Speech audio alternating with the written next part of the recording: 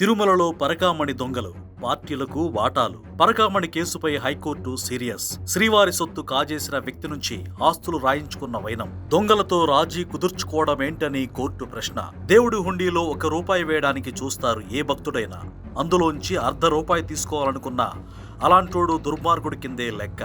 అలాంటి వ్యక్తిని శిక్షించాల్సింది పోయి అంతా కలిసి రాజీ చేసుకున్నారు.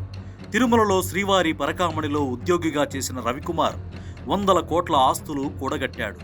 పరకామణి నుంచి సొత్తు కాజేయడంలో పెద్ద ప్రొఫెషనల్గా మారాడు. ఈ విషయం బయటపడ్డాక రవికుమార్ పట్టుబడ్డాక అతని నుంచి ఆస్తులు రాయించుకున్నారు.